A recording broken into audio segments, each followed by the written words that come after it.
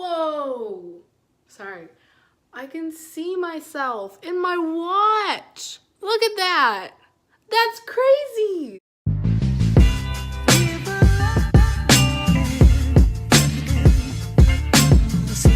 So first things first, my hair, it's pink and it's short, and that's lit. Second, I am in front of my bed versus the view you see from over there at my vanity. So that's neat. Anyway, I want to tell you a story of an event that happened sort of recently, but not really. It happened before Christmas. I'm going to tell you the story of the time I embarrassed myself at a comic book store. Now, a little context before we get into it.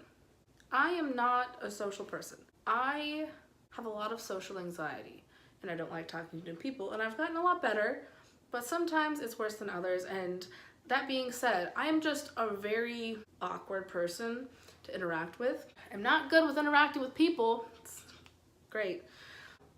That being said, here's what happened. So I just kind of waltz in there and just kind of, I'm feeling, some context.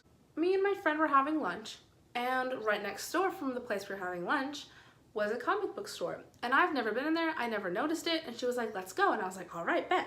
I walked in and I saw a few Miles Morales comic books, and I was like, this is perfect. My brother loves Miles Morales and he also loves Spider-Man, so like, this is perfect. And I've never seen them before, so I assumed they were new. And so I was like, oh, this is perfect, a perfect Christmas present. And it was like 3 weeks, not even before Christmas. You know how when you spend money that you think you have, but then you realize it hasn't been taken out of the bank yet, and all of a sudden you have $4? That happened to me. And I was like, oh. Then I remembered I already bought him some stuff, so like, if I could just take those back, it's fine.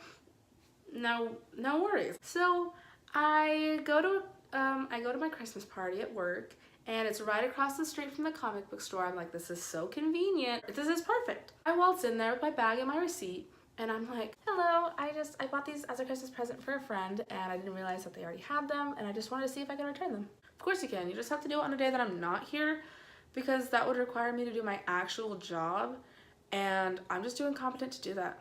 So I'm sorry.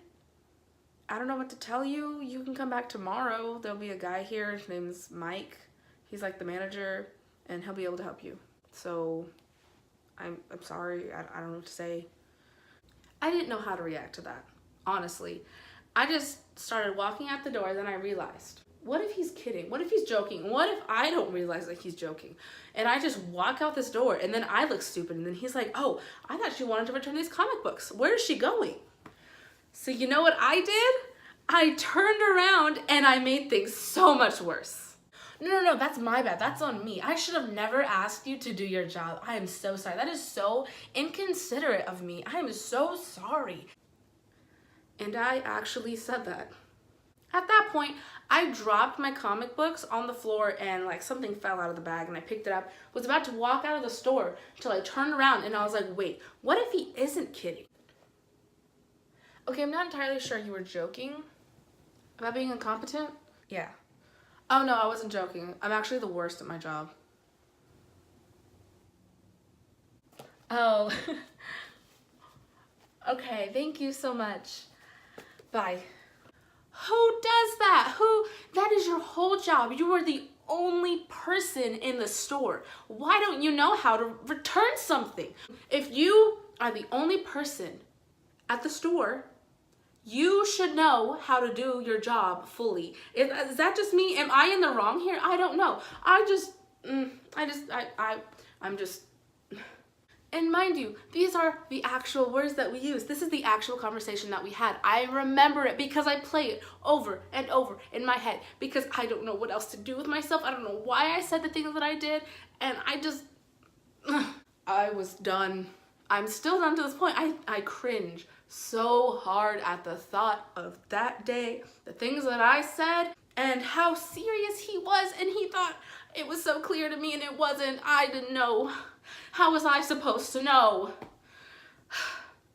So I got back in my car and I drove off. Also, I had tortillas in my front seat because my work was like, oh, here's some extra tortillas. And I was like, thanks. I don't even work at a food place. I work with children. I got tortillas from the food party, and I just had tortillas on my front seat, and I had to leave the comic books on them, and it was just this big deal. It was so much to handle, and I was like, oh my gosh, I just want this day to be over. I am exhausted, and I've been at work all day because I worked I just wanted to go home. I wanted to get my money back and then go home and take a nap. But no, they had to just, ugh. I'm just never gonna go outside again because it's stupid and it's hot sometimes and cold other times, and it's just not fun for anyone. So I think I'll just help everybody's case if I just stay inside. So that's just my thing. All right. Thank you for watching. I hope you got a laugh out of my stupidity, and I hope you never make the same mistake I did. And please read into sarcasm. Please, please, please, please, please. Just walk out of there. Just walk out of there. It's just gonna help everyone's case. Just don't even bother. Don't even bother. Okay, that's what you really need to take. The lesson that needs to be learned here: don't interact with people. That's just the perfect thing. Don't talk to people and don't go outside, because that's where all the bad stuff happens, really. Just stay in your room. Your room is the safest place in the world, so I suggest you stay there. Now, I'm gonna go and dig a hole and lay in it. Bye!